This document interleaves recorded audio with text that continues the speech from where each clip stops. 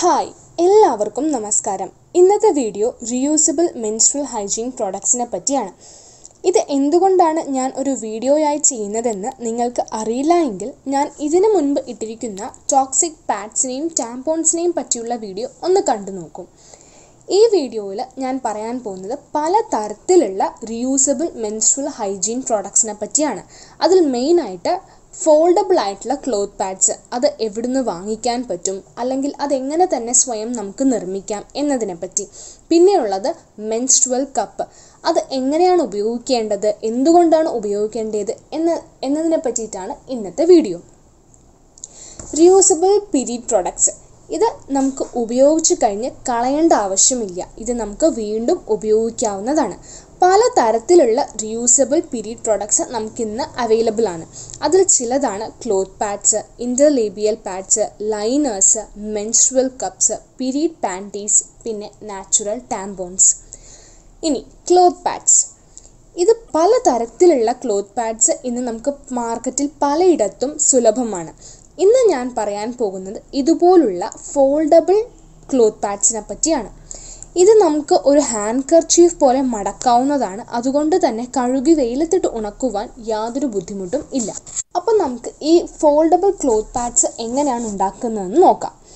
ഇത് തുറക്കുമ്പോൾ ഇതുപോലെ ഉണ്ടാകും കാണാൻ. ഇതിന് വിങ്സ് ഉള്ളത് കൊണ്ട് തന്നെ പാൻറ്റീസിലേക്ക് അറ്റാച്ച് ചെയ്യാൻ വളരെ എളുപ്പമാണ്. പിന്നെ ഇത് ക്ലോസ് ചെയ്ത് കഴിയുമ്പോഴത്തേക്ക് ഇങ്ങനെ ഉണ്ടാകും കാണാൻ. എത്ര ഫ്ലോ ഉള്ള ആൾക്കാർക്കും ക്ലോത്ത് പാഡ്സ് ഉപയോഗിക്കാവുന്നതാണ്. ഉപയോഗം കഴിഞ്ഞ് കഴുകി പുറത്ത് വെയിലത്തിട്ട് ഉണക്കാനും പറ്റും. ഒരു ക്ലോത്ത് പാഡിന് 2 പാർട്സാണ് ഉള്ളത്. ഒന്നാമത്തേത് അതിന് പാഡിൻ്റെ ബേസും, രണ്ടാമത്തേത് പാഡിൻ്റെ വിങ്സും. ഇനി ഈ അളവുകൾ ഉപയോഗിച്ചാണ് നമുക്ക് ക്ലോത്ത് പാഡ്സ് ഫോൾഡബിൾ ആയിട്ടുള്ളവ ഉണ്ടാക്കാൻ പറ്റുന്നത്. ഇത് വിങ്സിന് വേണ്ടിയിട്ടുള്ള അളവുകളാണ്. അത് ഞാൻ ഇഞ്ചസിലാണ് ഇവിടെ കൊടുത്തേക്കുന്നത്. ഈ വിങ്സിലാണ് നമ്മൾ ബട്ടൺസ് അറ്റാച്ച് ചെയ്യുന്നത്. നിങ്ങളുടെ കയ്യിലുള്ള ഏത് ബട്ടൺസും നമുക്ക് ഉപയോഗിക്കാവുന്നതാണ്. അപ്പോൾ ഈ 2 പാർട്സും കൂടി ഒരുമിച്ച് വയ്ക്കുമ്പോൾ ഇതുപോലെ ഉണ്ടാകും കാണാൻ. ഇത് ഫ്രണ്ടിൽ നിന്നും ഇത് ബാക്കിൽ നിന്നും ഇങ്ങനെ ഉണ്ടാവും കാണാൻ. ഇനി ഈ ക്ലോത്ത് പാഡ്സ് ഉണ്ടാക്കാനായിട്ട് നമുക്ക് ആവശ്യമുള്ള സാധനങ്ങൾ എന്തൊക്കെയാണെന്ന് നോക്കാം. ഒരു കോട്ടൺ തുണി, നിങ്ങളുടെ ബെഡ്ഷീറ്റോ നൈറ്റിയോ എന്തുമാകാം, ഒരു നല്ല കോട്ടൺ തുണി വേണമെന്ന് മാത്രം. പിന്നെ ഒരു ബാക്കപ്പ് ലെയറിന് വേണ്ടി വേറൊരു തുണി കൂടെ വേണം. അതിനെപ്പറ്റി ഞാൻ പിന്നീട് പറയാം. ഇനി വേണ്ടത് കത്രിക, മെഷറിംഗ് ടേപ്പ്, പിന്നെ തയ്ക്കാൻ ആവശ്യമായിട്ടുള്ള മറ്റ് സാധനങ്ങൾ. അപ്പോൾ നമുക്ക് ആദ്യം പാഡിൻ്റെ ബേസിന് വേണ്ടിയിട്ടുള്ള തുണി മുറിക്കാം. പാഡിൻ്റെ ബേസിനായി 10x11 ഇഞ്ച് അളവിൽ ഒരു കോട്ടൺ തുണി മുറിച്ചെടുക്കണം. ഇതുപോലെ 2 ലെയറുകളായിട്ട് വേണം മുറിച്ചെടുക്കാൻ. ഇനി ബാക്കപ്പ് ലെയറിന് വേണ്ടി തുണി എടുക്കണം. അതിനു വേണ്ടി ഒരു ലെയർ നോർമൽ കോട്ടൺ തുണിയും ഒരു ലെയർ കട്ടിയുള്ള മറ്റൊരു ലീക്ക് ചെയ്യാത്ത വേറൊരു തുണിയും കൂടെ വേണം. നമ്മുടെ ജീൻസിൻ്റെയോ മറ്റോ തുണി നമുക്ക് ഉപയോഗിക്കാവുന്നതാണ്. ഇതിൻ്റെ അളവ് 10x7 ഇഞ്ചാണ്. ഇപ്പോൾ നമ്മുടെ കയ്യിൽ പാഡിൻ്റെ ബേസിനായി 2 ലെയർ കോട്ടൺ തുണിയും വിങ്സിനായി 1 ലെയർ കോട്ടൺ തുണിയും 1 ലെയർ കട്ടിയുള്ള ജീൻസ് പോലുള്ള ലീക്ക് ചെയ്യാത്ത ഒരു തുണിയും ഉണ്ട്. ഇനി നമുക്ക് വിങ്സിന് വേണ്ടിയിട്ടുള്ള തുണി മുറിച്ചെടുക്കാം. തുണി മുറിച്ച് കഴിയുമ്പോഴത്തേക്ക് ഇതുപോലെ ഉണ്ടാവും കാണാൻ.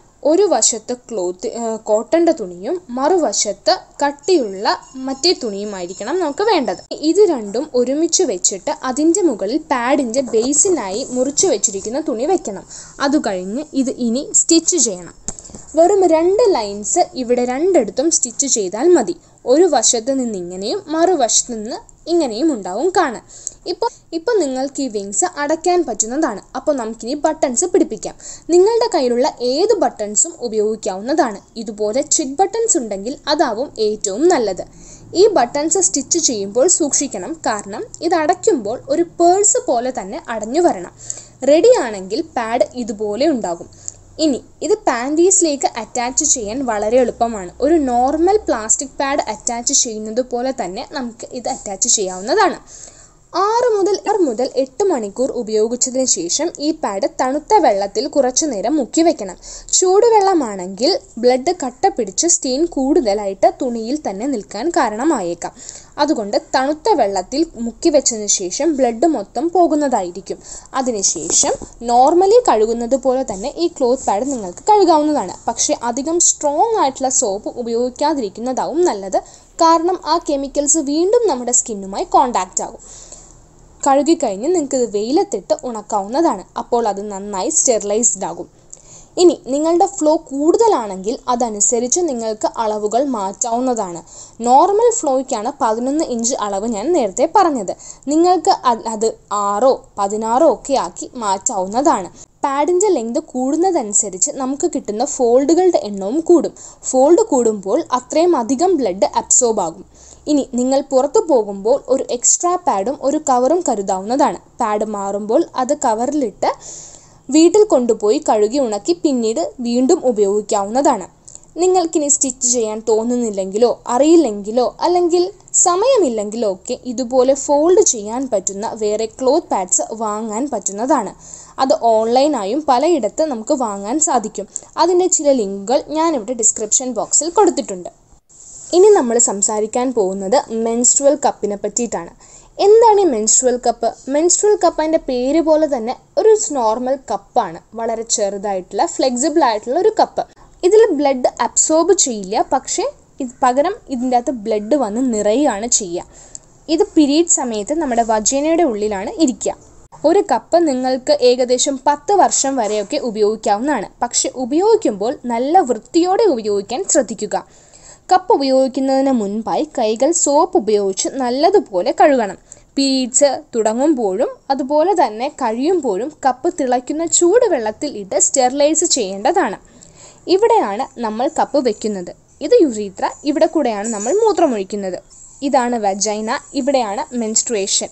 ഇതാണ് ഏനസ്. ഇതിലെ കൂടെയാണ് മലം പോകുന്നത്. ഈ യുറീത്ര എന്ന് പറയുന്നത് വളരെ ചെറുതാണ്. അവിടെ കൂടെ നമുക്ക് കപ്പ് കയറ്റാൻ പറ്റില്ല. അതുകൊണ്ട് തന്നെ വജൈനയിൽ കൂടി മാത്രമേ നമുക്ക് കപ്പ് കയറ്റാൻ സാധിക്കുകയുള്ളൂ. അതുകൊണ്ട് പേടിക്കേണ്ട ആവശ്യമൊന്നുമില്ല. പല സൈസുകളിലും നമുക്ക് മെൻസ്ട്രുവൽ കപ്പ് അവൈലബിൾ ആണ്. നിങ്ങളുടെ പ്രായവും കുട്ടികളുണ്ടോ ഇല്ലയോ എന്നതൊക്കെ അനുസരിച്ച് നിങ്ങളുടെ കപ്പ് സൈസ് നിങ്ങൾക്ക് തിരഞ്ഞെടുക്കാവുന്നതാണ്. ഇനി എങ്ങനെയാണ് ഈ കപ്പ് കയറ്റാൻ പറ്റുന്നത് എന്ന് നോക്കാം. 2 ടൈപ്പ് ഫോൾഡുകളാണ് നമുക്ക് കപ്പ് കയറ്റാനായിട്ടുള്ളത്.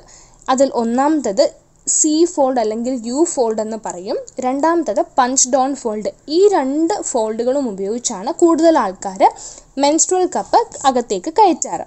നിങ്ങൾ കപ്പ് ഉപയോഗിക്കുമ്പോൾ കൈകൾ നന്നായി കഴുകിയിട്ട് ഉപയോഗിക്കണം. കപ്പ് നോർമലി ഒരു 12 മണിക്കൂർ വരെയൊക്കെ കുഴപ്പമൊന്നുമില്ലാതെ അവിടെ ഇരിക്കും. പക്ഷെ നിങ്ങൾക്ക് നല്ല ഫ്ലോ ഉണ്ടെങ്കിൽ ഒരു 6-8 മണിക്കൂറിന് ശേഷം മാറ്റേണ്ടി വരും. മാറ്റണം എന്ന് തോന്നുമ്പോൾ കപ്പെടുത്ത് ബ്ലഡൊക്കെ കളഞ്ഞ് വെള്ളം ഉപയോഗിച്ച് നന്നായി കഴുകി തിരിച്ചു വയ്ക്കാം. ഇതുപോലെയാണ് മടക്കി വജൈനയിലേക്ക് നമ്മൾ കപ്പ് വെക്കേണ്ടത്. ഇപ്പോൾ ഇതാണ് നിങ്ങളുടെ വജൈനയെങ്കിൽ ഇതുപോലെയാണ് അത് വെക്കുന്നത്. ഇനി തിരിച്ചെടുക്കുമ്പോൾ ഇങ്ങനെ വലിക്കരുത്. ഇതുപോലെയാണ് ബ്ലഡ് കപ്പിലേക്ക് വന്ന് നിറയുന്നത്. അതുകൊണ്ട് ലീക്ക് ഉണ്ടാകുമോ എന്ന പേടിയൊന്നും വേണ്ട. തിരിച്ചെടുക്കാറാകുമ്പോൾ ആ അറ്റം ജസ്റ്റ് ഒന്ന് പിടിച്ച് നെക്കി പതിയെ വലിച്ചെടുക്കണം. അപ്പോൾ ആ വാക്യൂം അവിടെ റിലീസാകും. ബ്ലഡ് പുറത്തേക്ക് വീഴുകയുമില്ല. ഒരുപാട് ശക്തി ഇവിടെ ഉപയോഗിക്കേണ്ട കാര്യമില്ല. ഇങ്ങനെ വേണം കപ്പ് മെൻസ്ട്രുവേഷൻ കഴിഞ്ഞ് നിങ്ങൾ സ്റ്റെറിലൈസ് ചെയ്യാൻ.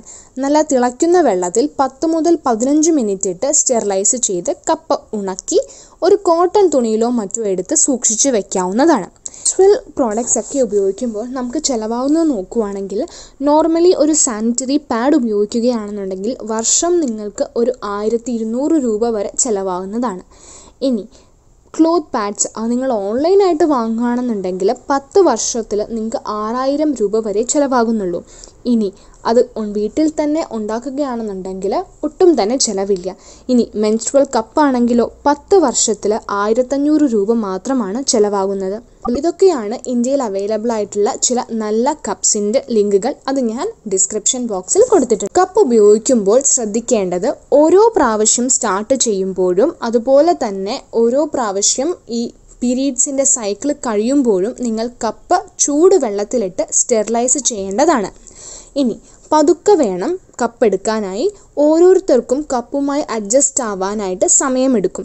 നിങ്ങൾക്ക് എപ്പോഴെങ്കിലും സംശയം തോന്നുവാണെന്നുണ്ടെങ്കിൽ നിങ്ങൾക്ക് നിർത്താവുന്നതാണ്. അടുത്ത സൈക്കിളിൽ വീണ്ടും കപ്പ് ഉപയോഗിക്കാവുന്നതാണ്.